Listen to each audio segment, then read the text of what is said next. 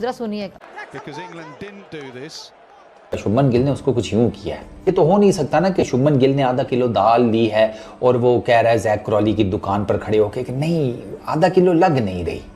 ये तो नहीं हो सकता। लॉर्ड्स का क्रिकेट ग्राउंड है, जैक क्रॉली बैटर है, शुभमन गिल उसको कह रहा है ये यही है कि गोटे टाइट करो ना, क्या हो। जो ये लास्ट ओवर में जो इसने हरकत करी है जैक क्रॉली ने, इसको शर्म नहीं आती है?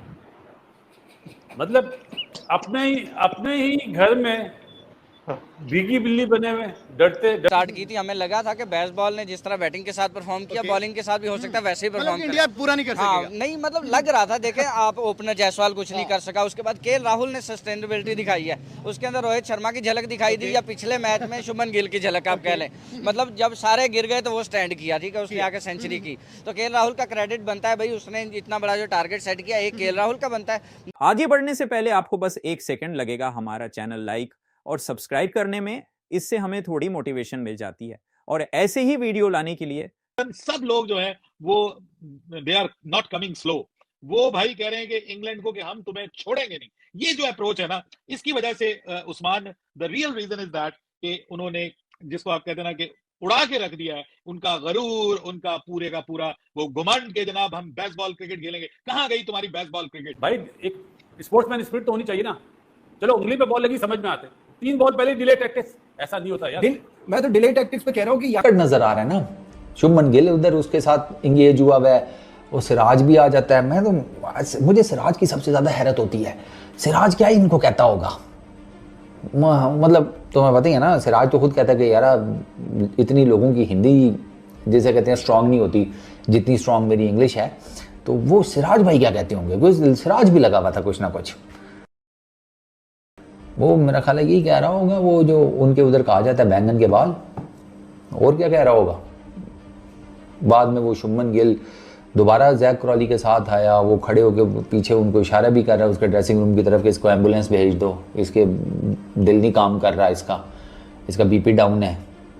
वहां तो फिंगर पॉइंट आउट हुई है भाई। तो भाई लो, वो इंग्लैंड वाले गोरों को, एक्सपीरियंस गोरों को आप देखें, ये कराली, डकेट और इंग्लैंड की साइड कितनी एक्सपीरियंस साइड है, दुक्का को छोड़ के। और इनको इंडिया के नौजवान खिलाड़ियों ने और एक नौजवान कप्तान ने जिस तरह से प्रेशर में डाला है, और जिस तरह एक टीम घर में खेल रही है और घर में इस किस्म की मतलब है क्रिकेट से जो आपने ज्यादती की है, ये मैंने पहले कभी नहीं देखा कि होम टीम को इस तरह से मार पड़ी हो। ये तब जो है शुभमन गिल को जो है भाई साहब जो है गुस्सा आता है, भाई ये क्या कर रहा है, टाइम वेस्ट कर रहा है। और शुभमन गिल ने खड़े खड़े वहां पर ट्रोल कर दिया भाई, जलील कर दिया। एक तरफ से मारा इंग्लैंड ने 387 रन, दूसरी तरफ से इंडिया ने भी मार दिया 387 रन। हिस्ट्री क्रिएट हो गई कि पहली इनिंग्स जो वो दोनों ने बराबर कर दी, मतलब ना एक रन ऊपर ना। मतलब शुभमन गिल ने बोल दिया है कि अगर बैटिंग में मैं विराट कोहली की रिप्लेसमेंट हूं तो मैं फील्डिंग में भी विराट कोहली की रिप्लेसमेंट हूं। जैक क्रॉली को उंगली दिखा रहा है और फिर उसको बोल रहा है मार दूंगा क्या।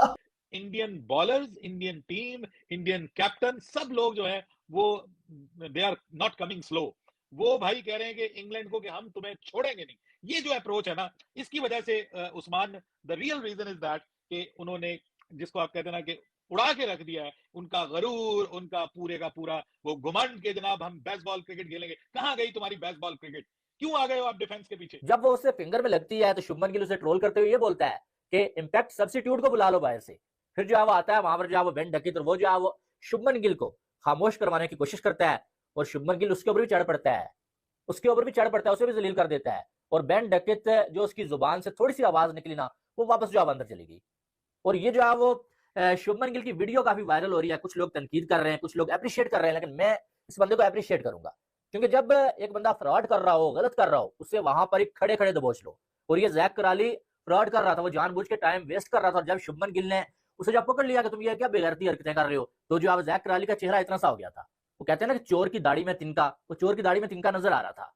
और यार इतना यानी कि क्या हो गया, तुम लोग जो अपने नौजवान कप्तान ने जिस तरह से प्रेशर में डाला है, और जिस तरह से वो उनके घर में जाके उनके मैदानों में विराट कोहली की लेगेसी और रोहित शर्मा की जो है ना पोजीशन पे गालियों के थ्रू प्रेशर डालने वाली लेगेसी को जिस तरह से आगे लेके चल रहे हैं, और जो आज का आखिरी दिन के कुछ मिनट्स थे अनबिलीवेबल भाई। गोरों के मुंह पे सीधा सीधा, मैं वो वर्ड तो बड़े मजे मजे के होते हैं, वो मैं इस्तेमाल नहीं करना चाहता कि गोरों की क्या कैफियत हुई है इस नौजवान इंडियन टीम के आगे ही वो अपना बेसबॉल भूले हुए हैं। और ऊपर से जिस तरह से इंडिया ने उनके रन्स भी इक्वल किए हैं, और प्रॉपर जो कल हम बात कर रहे थे ना इवन स्टीवन का, प्रॉपर जिस तरह से इवन स्टीवन हुआ है, तो वो भी बेचारों के साथ बड़ा हाथ हो गया। ये है कि इंडिया ने एग्रेसिव क्रिकेट के लिए, वो कहते हैं ना शेर को सवा शेर, इंडिया ने ये करके दिखाया, जिसकी वजह से उन्होंने कहा कि भाई इनके ऊपर जो है वो हमारा जोर नहीं चलेगा, हमें पीछे हटना पड़ेगा, और वो बैकफुट पे आए। और इस पूरे टेस्ट मैच में इंडिया ने उनको प्रेशर में रखा है, पिछले टेस्ट मैच में भी और इस टेस्ट मैच में भी, and they are under pressure. ये वाजे हो रहा है। हालांकि इंडिया ने कोई लीड हासिल नहीं की, अगर ओरिजिनली देखा जाए तो ये मैच अब बिल्कुल इवन स्टीवन हो गया।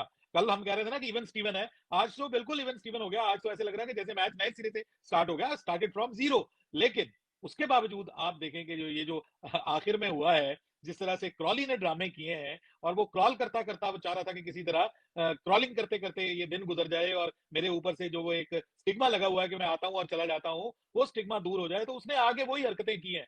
मतलब ये है कि ये this is all because Indian bowlers, Indian team, Indian boom Bumrah की दीवानी हो गई है। तो दोस्तों आज के वीडियो में इतना ही। अगर वीडियो पसंद आया हो प्लीज लाइक एंड सब्सक्राइब कर देना।